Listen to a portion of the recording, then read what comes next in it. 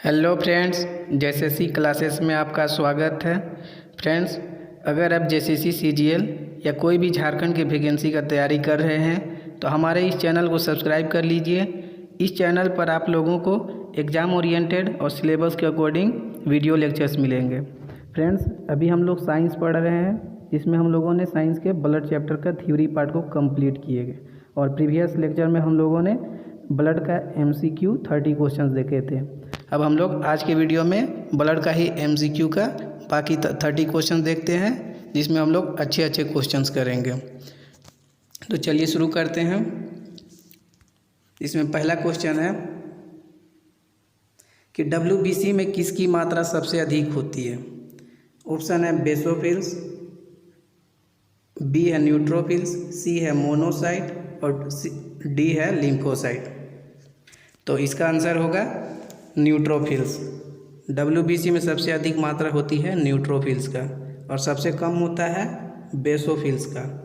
और अगर आकार का बात किया जाए तो मोनोसाइट का आकार सबसे बड़ा होता है और लिम्फोसाइट का आकार सबसे छोटा होता है। ये सभी WBC के प्रकार हैं।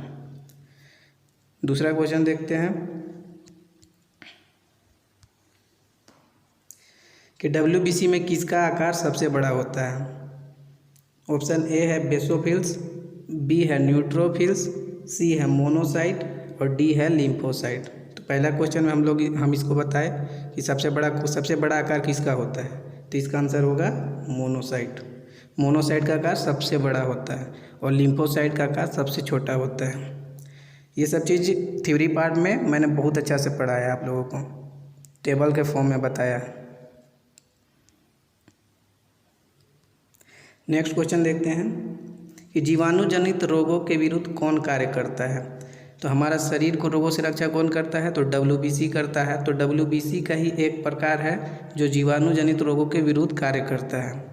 तो इसका आंसर क्या होगा, तो इसका आंसर होगा न्यूट्रोफिल्स।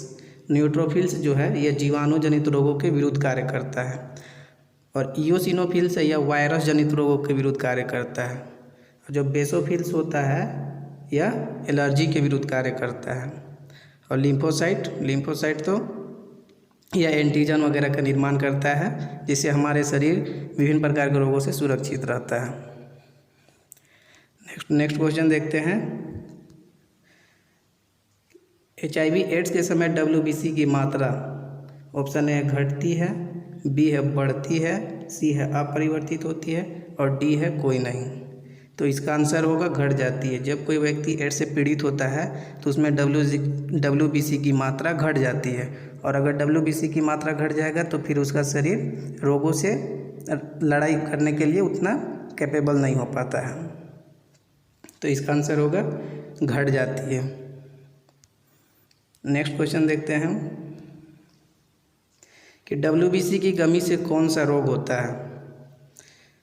ऑप्शन ए है ल्यूकेमिया, बी है ल्यूकोपिनिया, सी है एनीमिया और डी है थैलीसीमिया। तो इसका आंसर होगा ल्यूकोपिनिया। जब शरीर में WBC की कमी होती है तो इसको ल्यूकोपिनिया कहते हैं और जब अधिक हो जाता है तो इसको ल्यूकेमिया कहा जाता है। एनीमिया तो यह भी रक्त से संबंधित बीमारी है, एनीमिया, आप लोग सब जानते हैं इसको। नेक्स्ट क्वेश्चन देखते हैं कि RBC और WBC, किसी व्यक्ति के शरीर में RBC और WBC का रेशियो कितना होता है। ऑप्शन ए है 500:1, बी है 600:1 और सी है 700:1 और डी है नन। तो इसका आंसर होगा 600:1। तो इसको याद कर लीजिएगा, ये काफ़ी इम्पोर्टेंट है।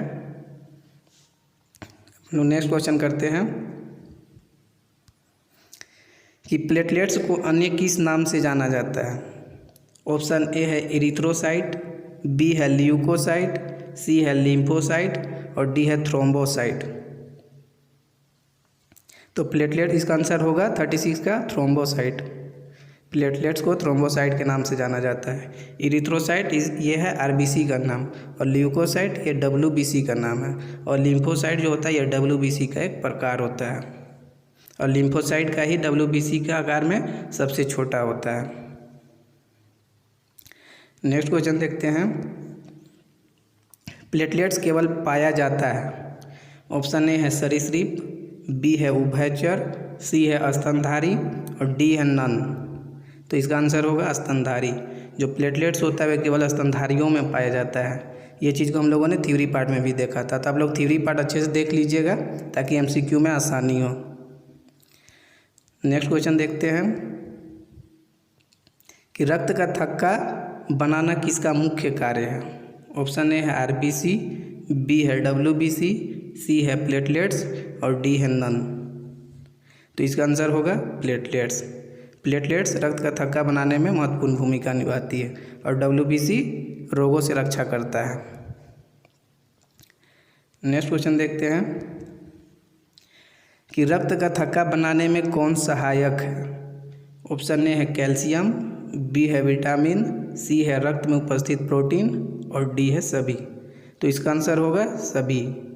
रक्त का थक्का बनाने में कैल्शियम भी सहायक होता है, विटामिन के भी होता है और रक्त में उपस्थित जो प्रोटीन होते हैं वे भी सहायक होते हैं। ये चीज़ को हम लोगों ने थ्योरी पार्ट में बहुत अच्छा से देखा था और रक्त कैसे थक्का बनता है उसको भी हम लोगों ने बहुत अच्छे से थ्योरी पार्ट में देखा था। तो आप लोग थ्योरी पार्ट जरूर देखिए और अच्छे समझ में आएगा। नेक्स्ट क्वेश्चन देखते हैं कि रक्त का थक्का जमाने वाला महत्वपूर्ण प्रोटीन है कौन सा। थ्रोम्बिन, प्रोथ्रोम्बिन, फाइब्रिनोजन, डी है फाइब्रिन। तो इसका आंसर होगा फाइब्रिनोजन। फाइब्रिनोजन प्रोटीन और प्रोथ्रोम्बिन दोनों है, लेकिन फाइब्रिनोजन ज़्यादा महत्वपूर्ण है।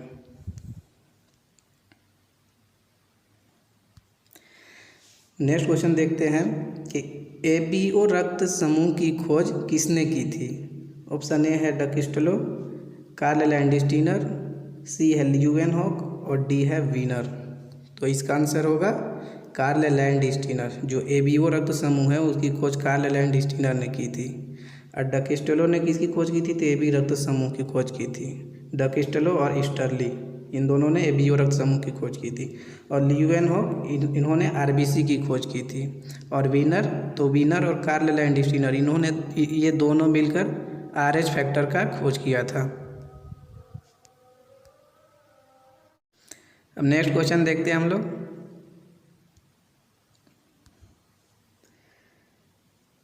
कि मनुष्यों में रक्त की भिन्नता का मुख्य कारण है। ऑप्शन ए थ्रोम्बिन, बी है प्रोथ्रोम्बिन, सी है फाइब्रिन और डी है ग्लाइकोप्रोटीन। तो इसका आंसर होगा ग्लाइकोप्रोटीन। जो मनुष्यों में रक्त की भिन्नता का मुख्य कारण है वह ग्लाइकोप्रोटीन है और ग्लाइकोप्रोटीन को ही एंटीजन के नाम से जाना जाता है। तो इसको आप लोग ध्यान में रखिएगा, ग्लाइकोप्रोटीन और एंटीजन। ये चीज़ को हम लोगों ने थ्योरी पार्ट में भी बहुत अच्छे से देखे थे। नेक्स्ट क्वेश्चन है कि यदि किसी व्यक्ति का आरबीसी में एंटीजन ए है तो उसका ब्लड ग्रुप क्या होगा। ऑप्शन ए है ए, ऑप्शन बी है बी, ऑप्शन सी है ओ और ऑप्शन डी है ए बी।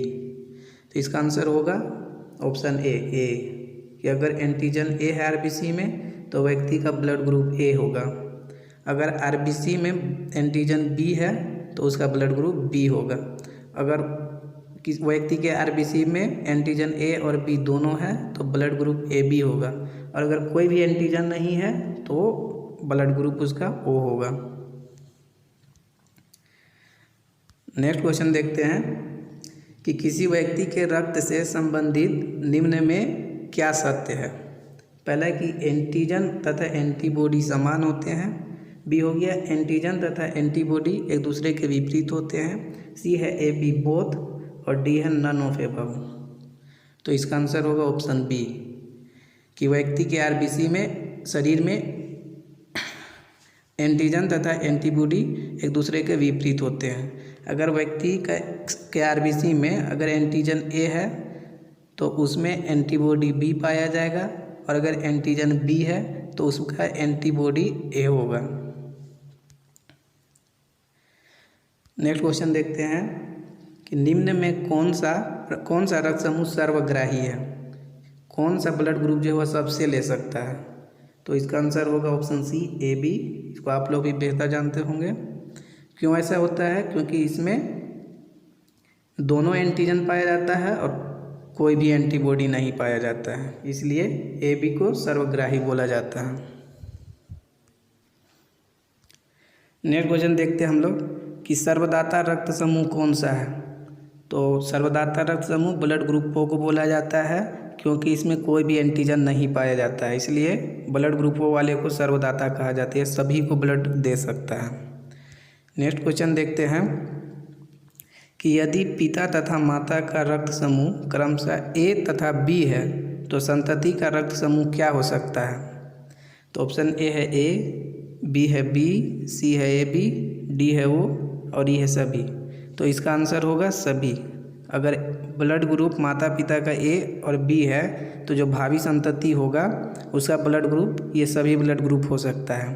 फ्रेंड्स, ये चीज़ निकालने का जो ट्रिक है वो मैंने बहुत अच्छे से एक्सप्लेन किया था प्रीवियस लेक्चर में, थ्योरी पार्ट में, तो आप उसको जाके अच्छे से देख लीजिए, बहुत ईजिली याद हो जाएगा और आपको रटना नहीं पड़ेगा। नेक्स्ट क्वेश्चन देखते हैं, यदि पिता तथा माता का रक्त समूह क्रमशः A तथा A है तो संतति का रक्त समूह क्या हो सकता है। तो इसका आंसर होगा D, मतलब कि रक्त समूह A हो सकता है, जो भावी संतति होगा उसका रक्त समूह A हो सकता है या फिर O हो सकता है। तो ये चीज़ निकालने का ट्रिक आप थ्योरी पार्ट से देख सकते हैं, मैंने बहुत अच्छा से ही बताया था इसको, आपको बहुत आसानी से याद हो जाएगा। नेक्स्ट क्वेश्चन देखते हैं कि बॉम्बे ब्लड ग्रुप की खोज किसने की थी। ऑप्शन A है कार्ल लैंडस्टीनर, B है डक स्टेलो, C है YM भेंडे और D है नन। तो इसका आंसर होगा YM भेंडे। YM भेंडे ने बॉम्बे ब्लड ग्रुप की खोज की थी। कार्ल लैंडस्टीनर ने ABO रक्त समूह की खोज की थी और डक स्टेलो और स्टर्ली दोनों ने मिल करके AB रक्त समूह की खोज की थी। नेक्स्ट क्वेश्चन देखते हैं कि बॉम्बे ब्लड ग्रुप किस रक्त समूह के समान होता है। तो इसका आंसर होगा ऑप्शन C O। जो बॉम्बे ब्लड ग्रुप होता है वह O रक्त समूह के समान होता है। नेक्स्ट क्वेश्चन देखते हैं कि कॉकरोच के रक्त का श्वेत रंग किस वर्णक के कारण होता है। ऑप्शन A है हीमोलिम्फ, B है हीमोसाइनिन, C है ग्लोबिन और D है नन। तो इसका आंसर होगा हीमोलिम्फ। जो हीमोलिम्फ वर्णक होता है उसके कारण कॉकरोच के रक्त का रंग सफ़ेद होता है। नेक्स्ट क्वेश्चन देखते हैं कि ऑक्टोपस के रक्त का जो नीला रंग होता है वह किस वर्णक के कारण होता है। ऑप्शन A है हीमोलिम्फ, B है हीमोसाइनिन, C है ग्लोबिन और D है नन। तो इसका आंसर होगा हीमोसाइनिन। हीमोसाइनिन वर्णक के कारण ऑक्टोपस के रक्त का रंग नीला होता है और कॉकरोच के रक्त का सफ़ेद रंग हीमोलिम्फ वर्णक कारण होता है। नेक्स्ट क्वेश्चन देखते हैं, किस जीव में रुधिर नहीं होता किंतु श्वसन होता है। श्वसन होता है किंतु रुधिर नहीं पाया जाता है। तो इसका आंसर होगा option C hydra. Next question देखते हैं, रुधिर में अधिकतर कार्बन डाइऑक्साइड ले जाई जाती है किसके थ्रू। तो कार्बोनिक अम्ल के रूप में, सोडियम कार्बोनेट के रूप में, कार्बोनेट आयनों के रूप में और बाइकार्बोनेट के रूप में।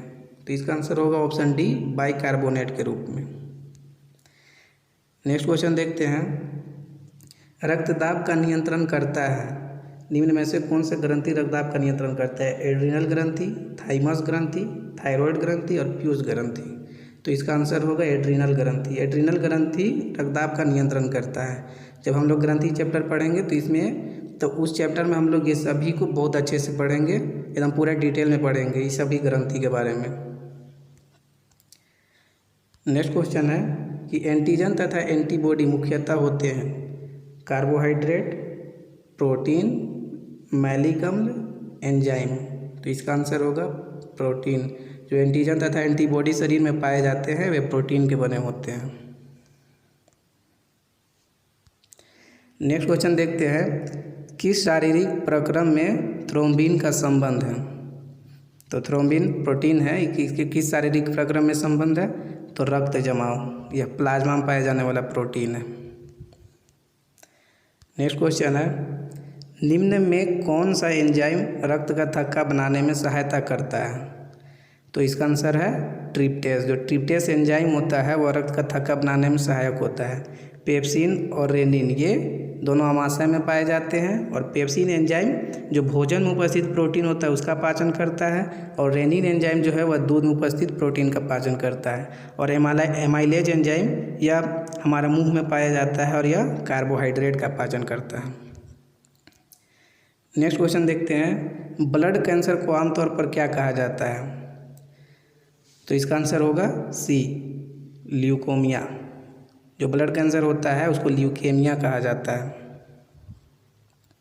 नेक्स्ट क्वेश्चन है, और ये लास्ट क्वेश्चन है कि वह परिस्थिति जिसमें रक्त में ग्लूकोज की मात्रा बहुत कम हो जाती है, मतलब कि जब रक्त में ग्लूकोज मात्रा कम हो जाती है तो इस स्थिति को क्या कहते हैं?